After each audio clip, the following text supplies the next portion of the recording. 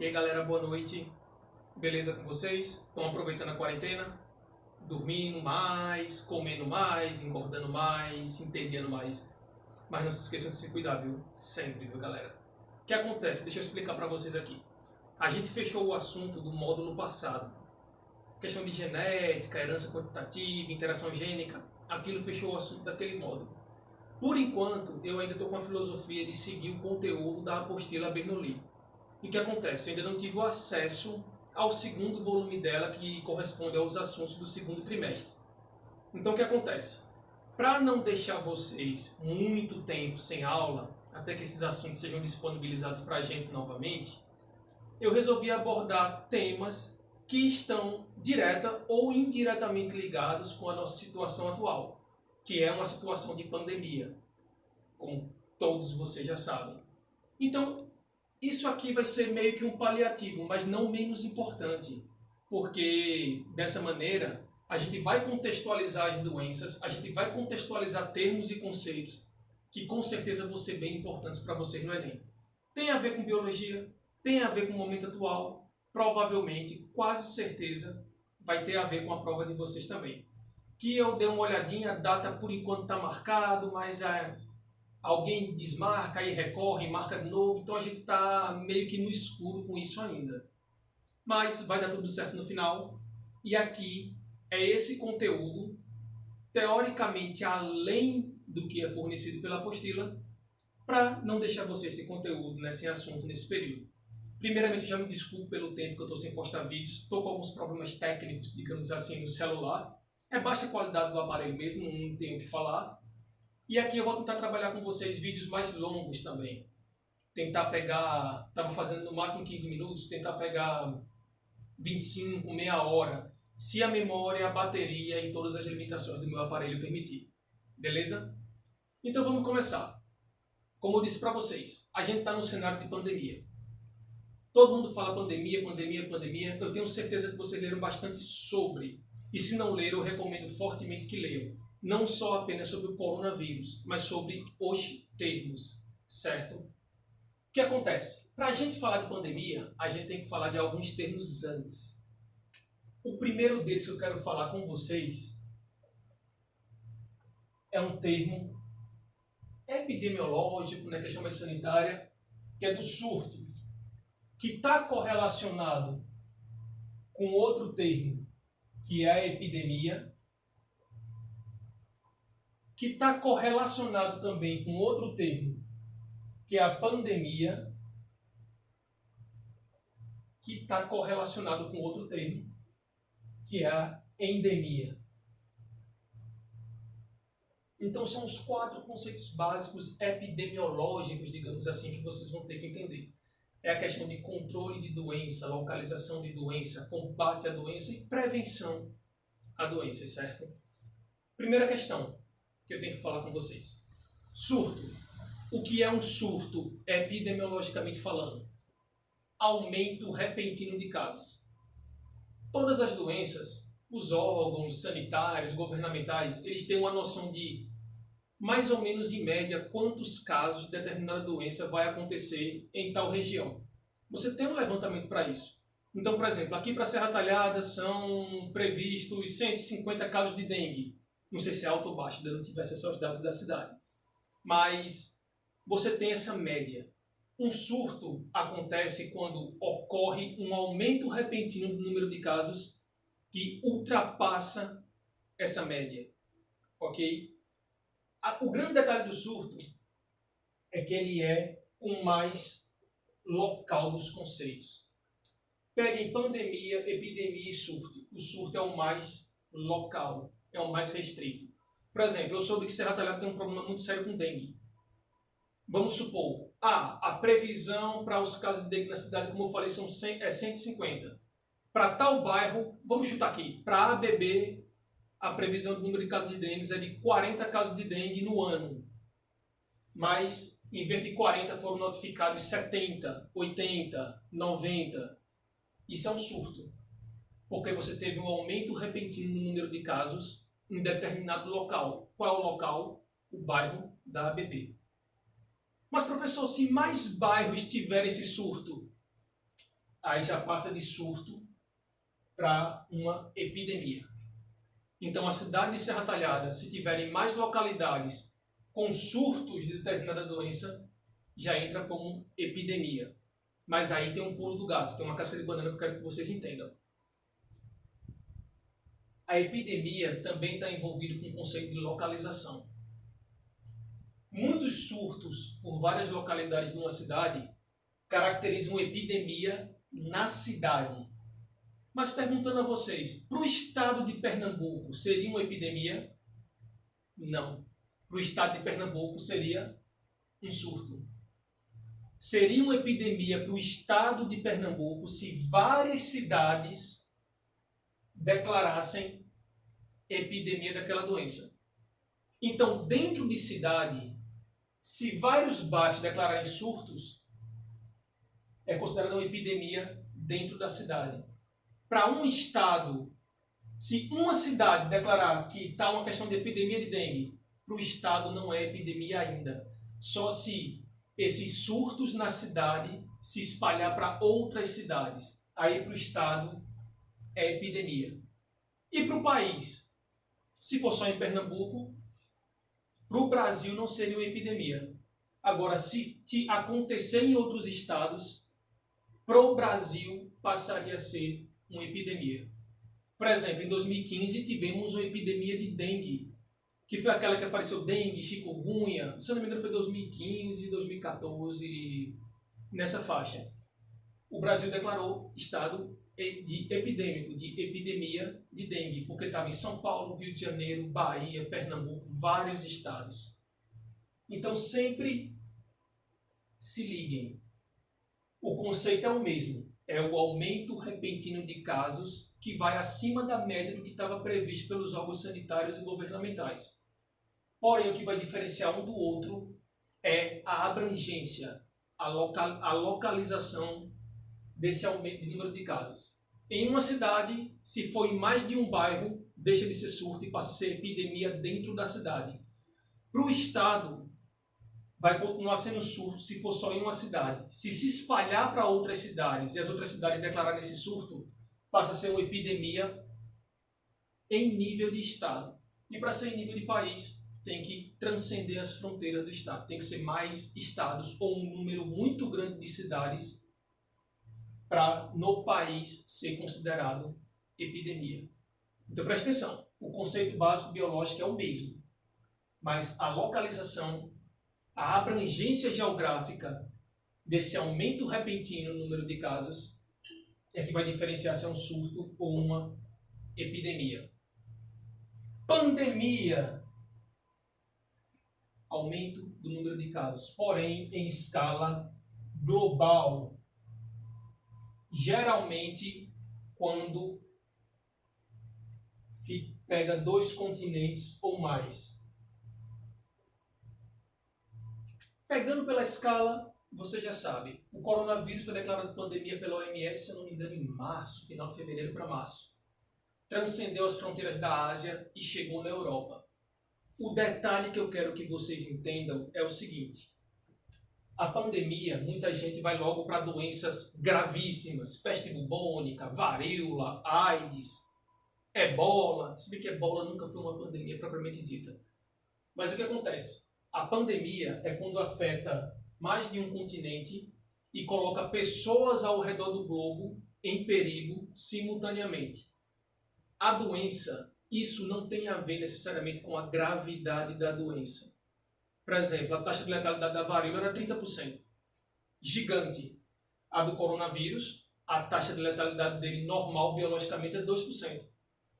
Só que foi declarada a pandemia para o coronavírus, porque vai mais pelo potencial de dispersão da doença. Ela está espalhada pelo globo. Não tem necessariamente a ver com a gravidade da doença. Certo? Muita gente... Eu vi muito comentário na internet, o pessoal falando, declarar o coronavírus como pandemia, isso vai dar muito reflexo econômico e a doença não é nem tão grave assim. Primeiramente, isso é outro mérito. A gente vê a gravidade da doença depois. Mas ela não tem que ser necessariamente muito letal, muito grave, muito agressiva. Certo? Ela tem que ser uma doença que está globalmente distribuída. Beleza?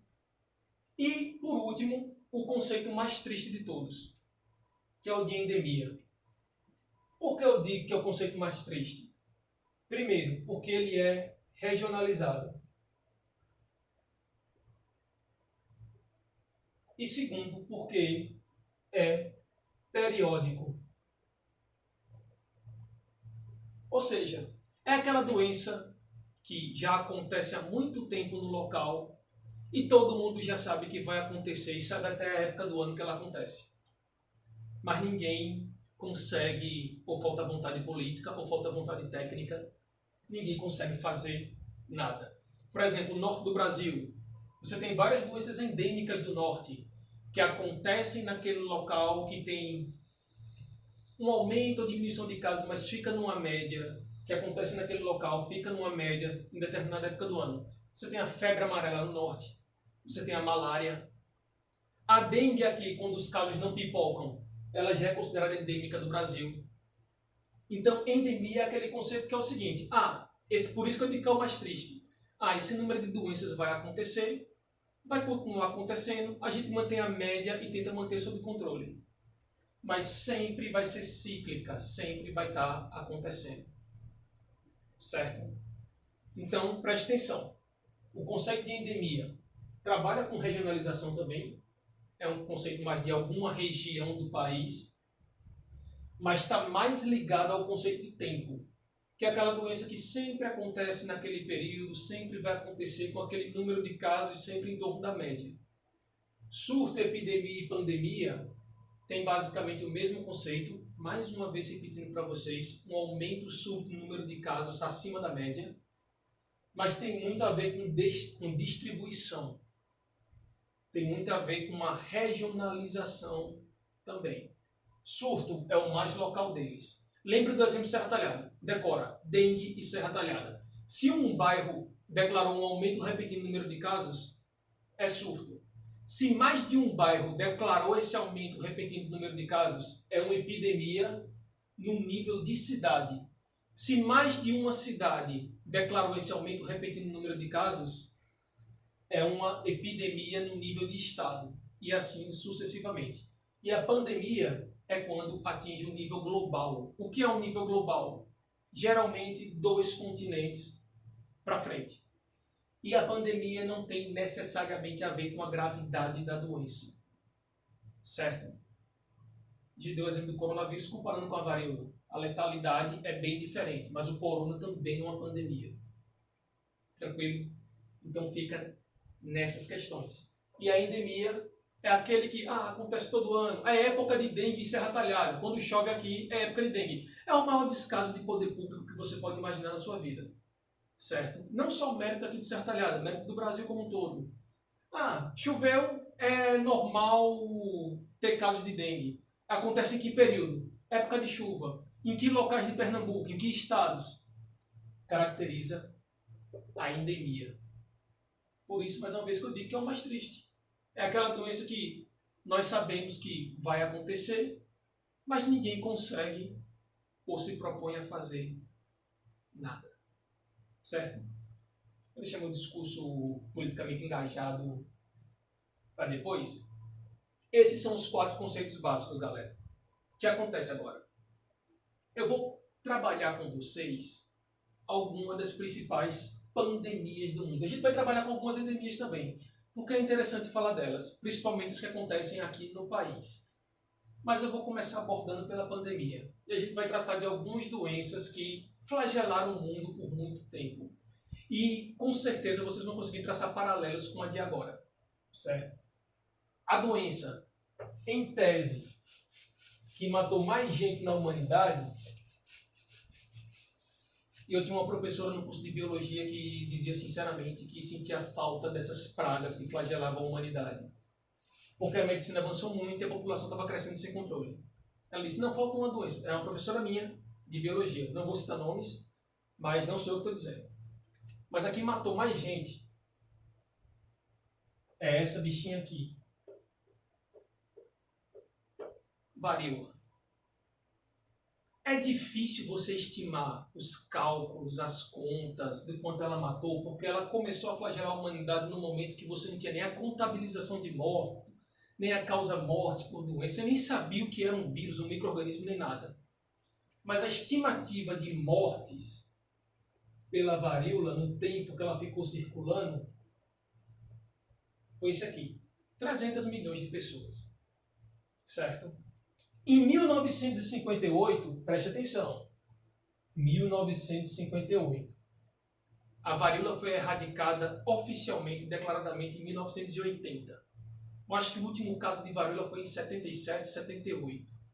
Mas em 1958, pleno século XX, por ano, você tinha 33 países que tinham casos de varíola, inclusive de cunho epidêmico às vezes. Em 1958, morreram, na verdade, 2 milhões de pessoas por varíola no ano. Certo? Então, olha o quão recente é isso aqui em termos de biologia, em termos de ciência. Outra coisa, vocês conhecem várias doenças.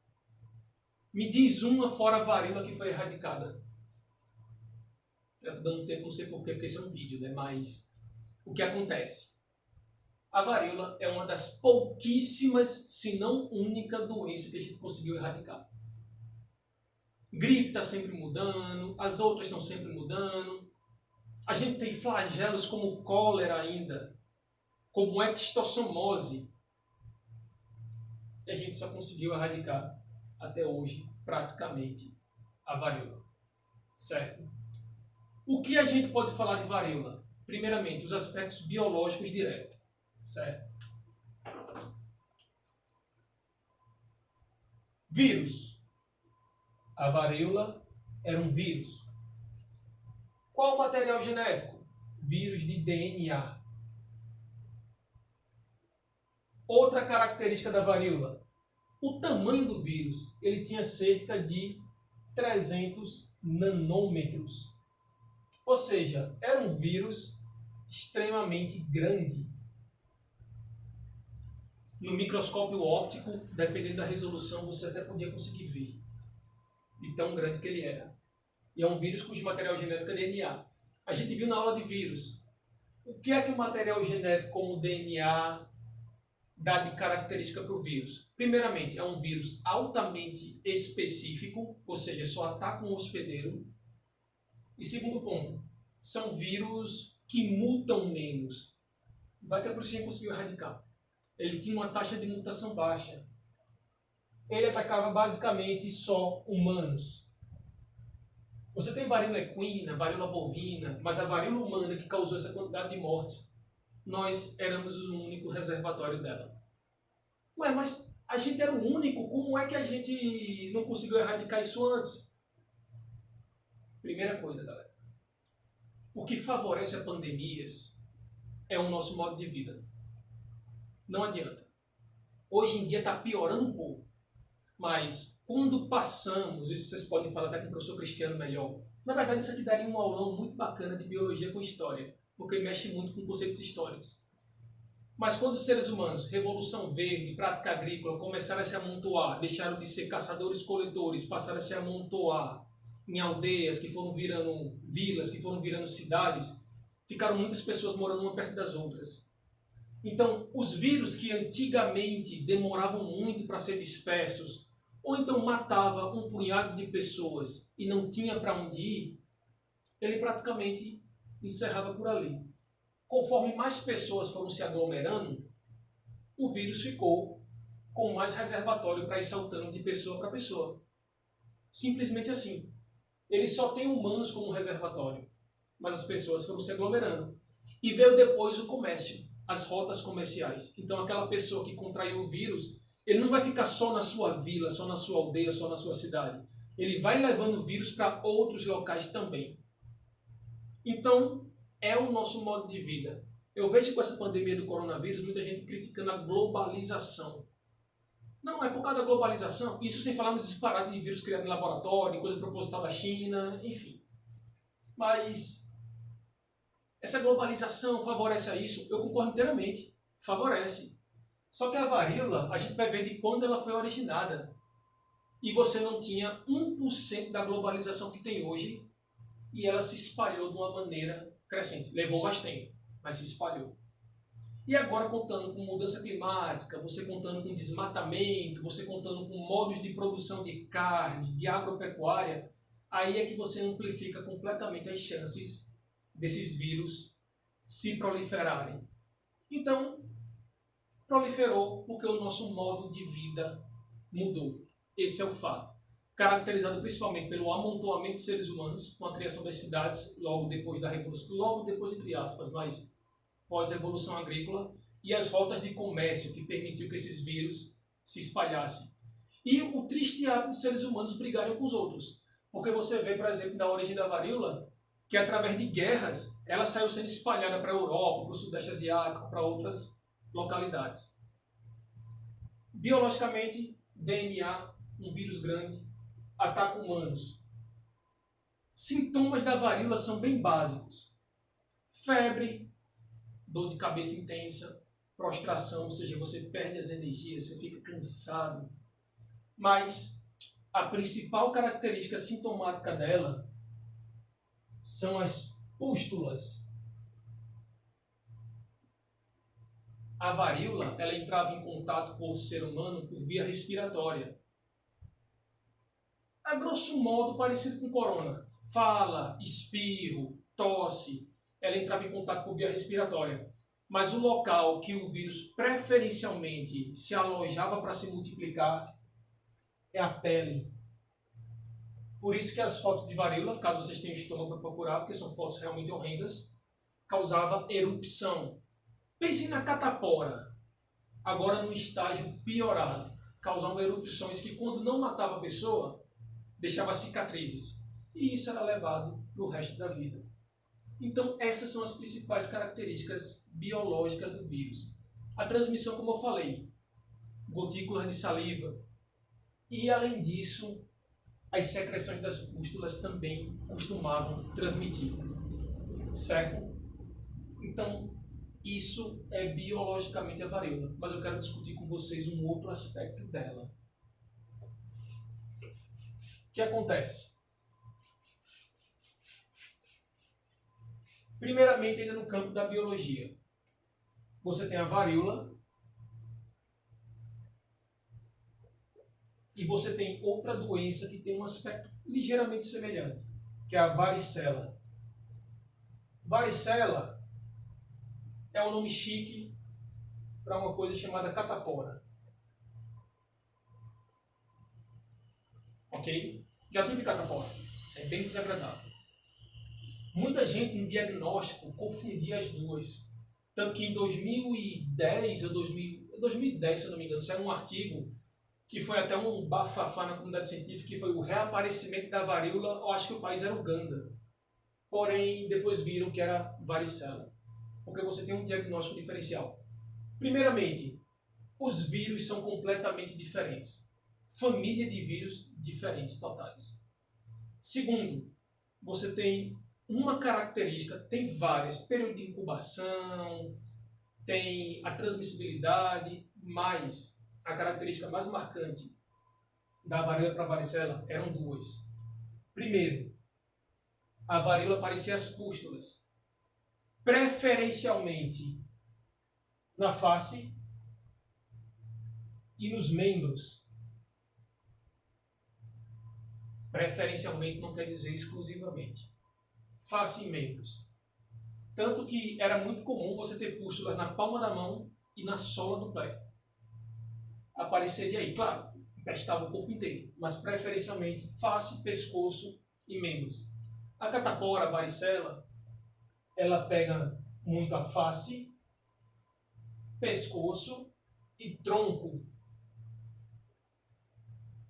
Pode aparecer na palma da mão e na sola do pé? Pode. Mas preferencialmente face e tronco. Então isso dá um diagnóstico diferente das duas. E o segundo diagnóstico mais importante é o seguinte. Quando aparece a ferida no seu braço pelas duas doenças, ela tem vários estágios. Ela começa com um estágio que chamam de mácula, vai para a vesícula vai para a pústula e depois vai para a crosta, que é quando seca e cai. Você tem mais estágios no meio, mas grosseiramente vamos trabalhar com esses quatro. Lembrem, mácula, vesícula, pústula e crosta. Na varíola o que acontece? Apareceu varíola, tá no braço, tá no membro. Todos os ferimentos vão estar nesse mesmo estágio. Ou todos vão ser mácula, ou todos vão ser vesícula, ou todos vão ser pústula, ou todos vão ser crosta. Todos estão no mesmo estágio, de acordo com o local que ela tiver. Claro que uma pessoa no rosto pode estar em um estágio e no braço em outro. Mas dentro do braço, no braço e no rosto, as vesículas vão estar no mesmo, as feridas, né? Vão estar, os exantemas vão estar no mesmo estágio. Enquanto a varicela não. No tronco, você pode ter tanto pústula como vesícula, como está secando. Tanto quando eu tive catapora, era isso. No meu tronco tinha algumas que estavam secando. Tinham outras que estavam saindo. E tinham outras que estavam no meio do caminho. Tudo no tronco. Então, isso é um diagnóstico diferencial principal, visual no caso, para você diferenciar varíola de varicela. Mas lembrando que os vírus são super diferentes. Gêneros diferentes, famílias diferentes também. Certo? Então, esse é um ponto. Agora, falando mais do cunho epidemiológico da coisa.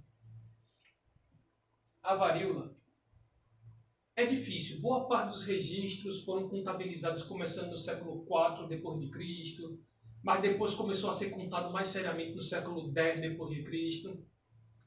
Mas tem registros que acham que é varíola há cerca de 1500 a.C. Com múmias egípcias, com marcas que os especialistas fazem uma correlação muito direta com a varíola. Não estão dizendo que é, estão dizendo que provavelmente era. Tem uma grande diferença. Teve uma praga que começou a assolar na humanidade, chamada praga dos hititas. Essa praga aconteceu por volta de 1343, se não me falha a memória, antes de Cristo, que dizimou boa parte do exército hitita. Era uma civilização contemporânea do Egito Antigo, que eram parceiros comerciais, mas por vez e outra entravam em guerra. E uma das teorias diz que a varíola se originou no Egito. Então, por meio das guerras, lembra que eu falei? Amontoado de gente, rota comercial e o hábito desagradável dos seres humanos brigarem um com o outro. Guerras. Através dessas guerras, os egípcios passaram a doença para os hititas e dizimou boa parte dos exércitos dele. Certo? Isso nessa época, 1343 a.C. Correlaciona essa doença, correlaciona a varíola com essa praga que dizimou os hititas. Sobre os hititas em si, fale com o Cristiano, mega professor de história, então ele vai entender bem melhor quem foram os hititas. Mas essa praga realmente aconteceu. E isso dá uma ideia da ancestralidade do vírus, certo? Outra questão em relação ao vírus da varíola. Assolou a humanidade por muito tempo. E aí é que está. Lembra dos conceitos de epidemia, endemia, pandemia? O que acontece? Em ambientes urbanos, muito amontoado, com muita gente, a varíola tinha um caráter endêmico. Ou seja, acontecia boa parte do ano. Estava lá. Tinha os casos pequenos, às vezes dava aumentado de casos, que não fugia da média. A varíola já foi endêmica. Isso muito no século XIV, século XV. Endêmico. Em ambientes rurais, onde você tinha aglomeração, claro, mas bem menos concentrada que nos ambientes urbanos, a varíola tinha caráter epidêmico. Ou seja, eram vários surtos acontecendo de uma vez. Enquanto nas cidades era uma realidade constante você pegar a varíola. Tanto que tinha uma época que a criança só recebia nome e só tinha documentação do nascimento depois que contraísse a varíola e sobrevivesse. porque a varíola matou principalmente crianças. Tanto que o nome em inglês que deram para a doença é smallpox.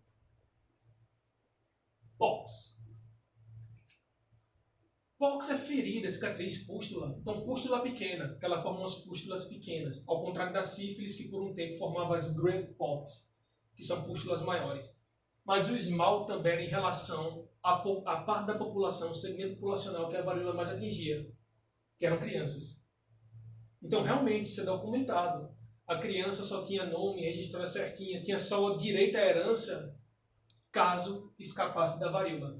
De tão endêmica, de tão real que ela era no dia a dia das pessoas.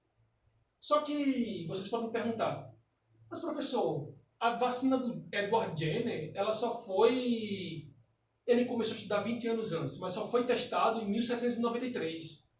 O povo ficou com isso o tempo inteiro, com essa doença direto, sem fazer nada. Não. Você tinha as técnicas. E aqui é que eu entro na epidemiologia, que é a última parte do vídeo. Você tinha as técnicas para se livrar da varíola. A primeira delas, que foi surgiu na Índia, surgiu na China, sim, surgiu independentemente em vários países. Era um que chamava de variolização. Em que consistia a variolização? É assim, poxa, a varíola é uma realidade, quase todo mundo pega. Então vamos pegar uma pessoa que sobreviveu à varíola, que tem aquelas pústulas, que pegou uma variação menos letal da varíola, que tem aquelas pústulas, a gente tira a linfa daquelas pústulas e insere na outra pessoa.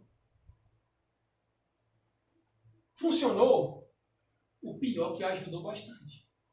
Só que você tinha problemas em relação a isso. Por exemplo, no método hindu, o que é que você fazia? A pessoa teve uma varíola que não se manifestou tão forte nela, graças à imunidade dela, mas ninguém sabia o que diabo era imunidade. Mas graças à imunidade dela, não se manifestou tão forte. Você retirava aquela linfa, aquela casca, aquela crosta, pulverizava, fazia uma escarificação na pele, jogava ali e pronto. Salvou algumas pessoas, só que muita gente contraiu a varíola grave e morreu. E principalmente, qual é o principal problema? Beleza, você pode até ter ficado imunizado, mas você espalhou o vírus para mais lugar. Porque você teve a raspagem da crosta, colocou em você, você contraiu o vírus.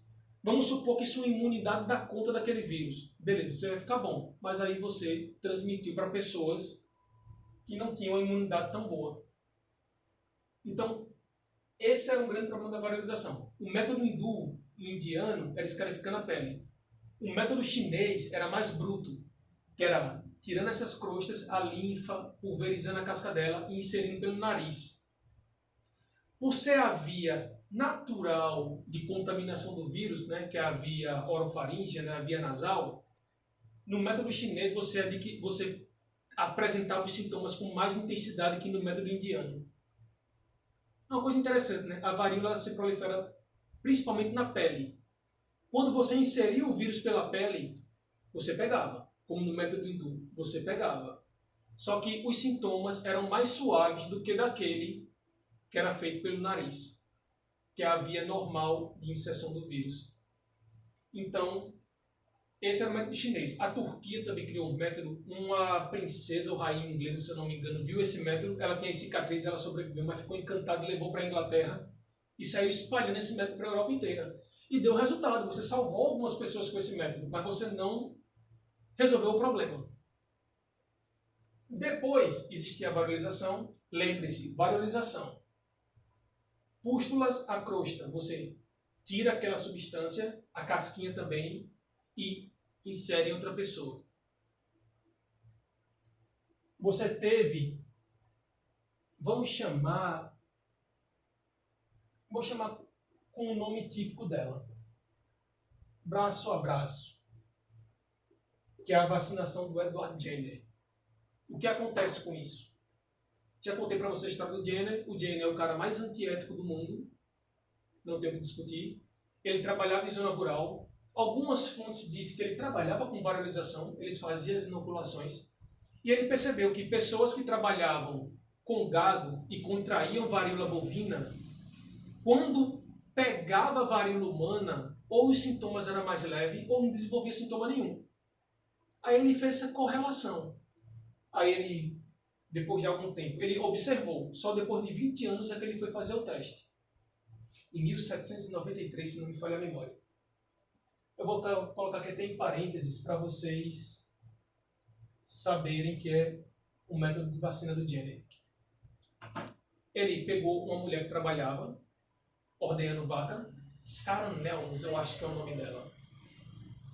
O que foi que ele fez? Ela tinha varíola, ela tinha as mãos com pústula, porque trabalhava diretamente e tinha frequentemente varíola bovina. Ele retirou a crosta, a linfa, e colocou um garoto da família Hilbert, eu não lembro o nome, Phillips, eu não vou lembrar o nome da família do garoto.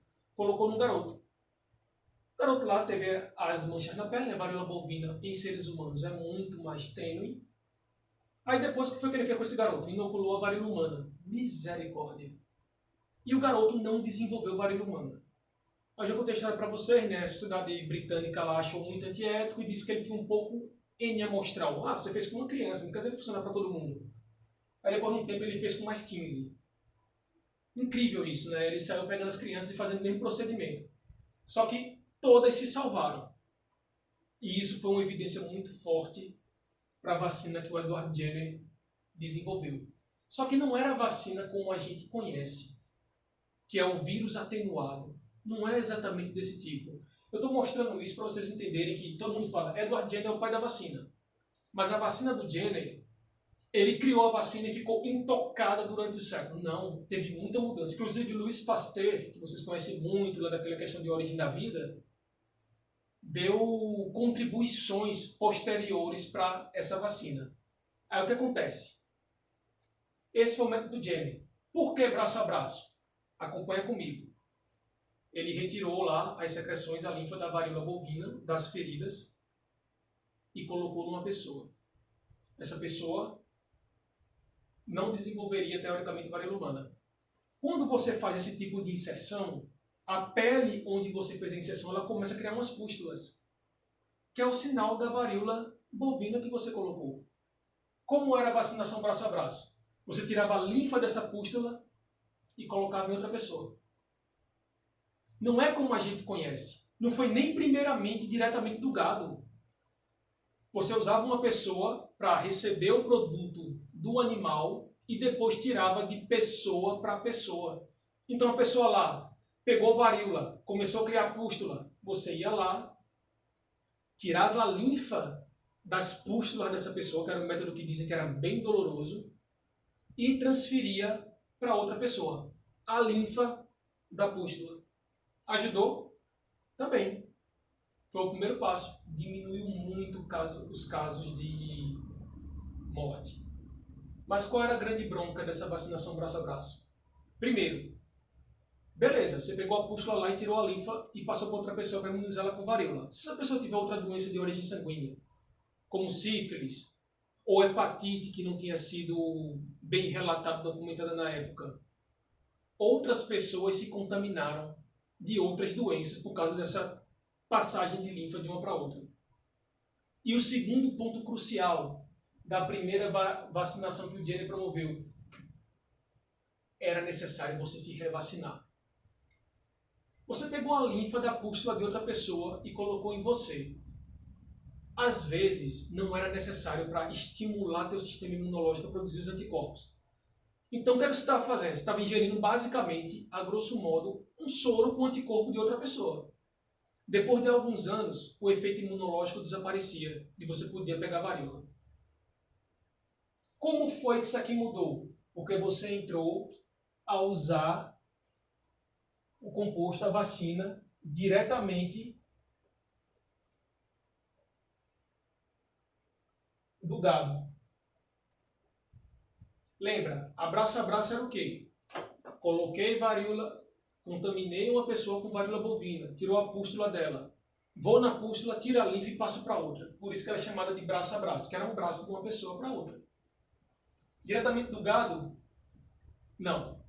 Eu vou contaminar todas as pessoas com essa forma menos letal da varíola, que é a bovina. Então começou a usar diretamente o animal para a pessoa. Isso deu certo, dava mais certo que abraço a braço. Só que teve um problema. O pessoal caiu muito em cima disso aqui, por 2 motivos. Primeiro, o religioso. As pessoas encaravam que quem sobrevivia aqui a varíola era uma praga mandada por Deus. E quem sobrevivia à varíola eram pessoas destinadas a sobreviver. Eram pessoas escolhidas. Você curando a varíola, você estaria contrariando os interesses divinos. Sim, isso aconteceu mesmo. E o segundo ponto, tirar a vacina diretamente do animal, eles tinham medo de transferir características do animal para a pessoa. Tem até charge da época de pessoas criando patas de boi, chifres. Bom, chifre, enfim, característica não tem, né? Mas você tinha essa questão. Tanto que eles tinham medo que você avacalharia a pessoa. Sim, meu caro, avacalhar vem de vaca. Você transmitiria características bovinas à pessoa que foi injetada com a vacina diretamente do gado. Vê a cabeça das pessoas. E só depois, com o passar do tempo, é que o sistema imunológico começou a ser bem melhor compreendido, que na época de Jenner não era. E você começou a saber conservar vacinas, que aqui você fazia a criação de gado já para fornecer vacina. Você aprendeu a conservar mais as vacinas e a distribuir mais. Só que para a erradicação da varíola foi necessário um esforço global, um esforço totalmente, foi nível OMS mesmo, uma iniciativa de todos os países para conseguir erradicar. E aqui a gente deixa uma mensagem para pandemias em geral. E é uma coisa que o Yuval Noah Harari fala, né? O autor de Sapiens, 21 questões do século XXI, você já deve ter ouvido falar dele. E o Sapiens é um livro muito bom e quem não leu, leia. O que acontece? O que faz a gente lidar melhor com essas coisas é a cooperação global. Não adianta cada país tentar tomar sua saída individual. O mundo está muito globalizado. As doenças circulam muito mais do que circulavam antigamente. E antigamente já causava isso. Certo? Então, é a cooperação. Um esforço da OMS de diversos países conseguiram erradicar a varíola. Certo? Antes de terminar com essa mensagem bonitinha de cooperação, blá blá blá, só 2 pontos que eu quero falar com vocês para encerrar e vocês pararem de ouvir minha voz. O primeiro aspecto é o seguinte: a varíola ela tem 2 variedades, grosseiramente falando. A maior e a menor. Varíola maior é a mais letal. Mais letal. E era responsável por 90% dos casos na época. Nas épocas, né? E a varíola menor, menos letal. Tanto que, quando tinha aquela política da variolização, eles tentavam pegar pacientes com a varíola menor. Outra coisa.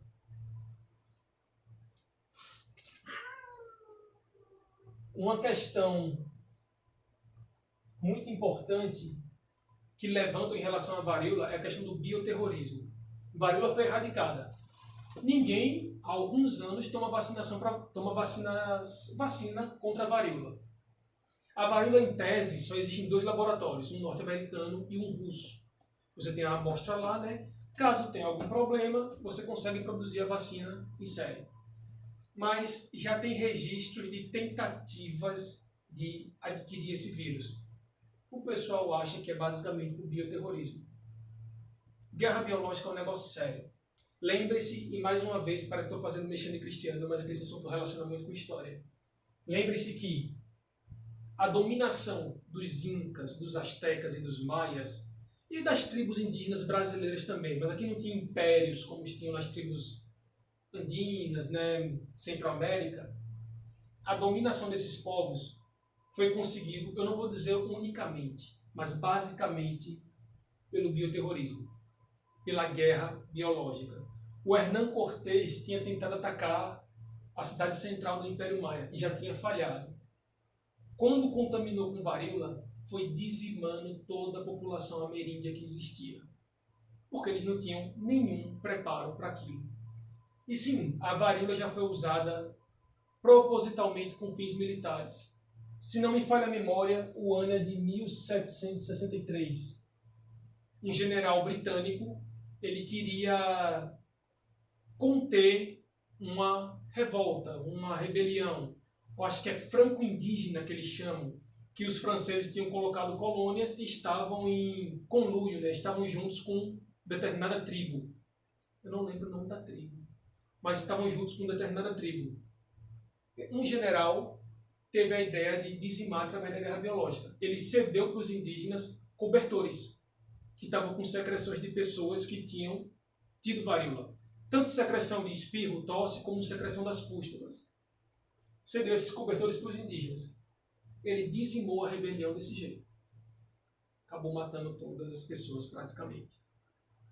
Então, se você não tem imunidade, quando você encontra uma doença pela primeira vez, é muito complicado. O coronavírus está aí para mostrar. Não só mata gente que tem comorbidade, não só mata gente que é cardíaco, mas tem suscetibilidade para causar prejuízo em muitas pessoas. E deixa sequelas, de acordo com alguns estudos. Mas, gente, esse vai ser o formato, certo? Lembre-se dos conceitos básicos: pandemia, epidemia, surto e endemia. E hoje a gente deu uma destrinchada na varíola. Eu vou trazendo alguma dessas doenças que a gente sempre vai trabalhar o aspecto epidemiológico dela com o aspecto biológico. Claro que vai ter muita contação de história, mas é porque faz parte. O conhecimento ele é muito intrínseco e interligado com outras áreas. Beleza? Prazer em falar com vocês. Qualquer coisa deixe nos comentários do vídeo ou mande para o meu WhatsApp diretamente. Vocês podem tirar dúvida, tanto dos vídeos como de outras coisas de exercício por lá. Tá massa? Boa noite a vocês e até a próxima.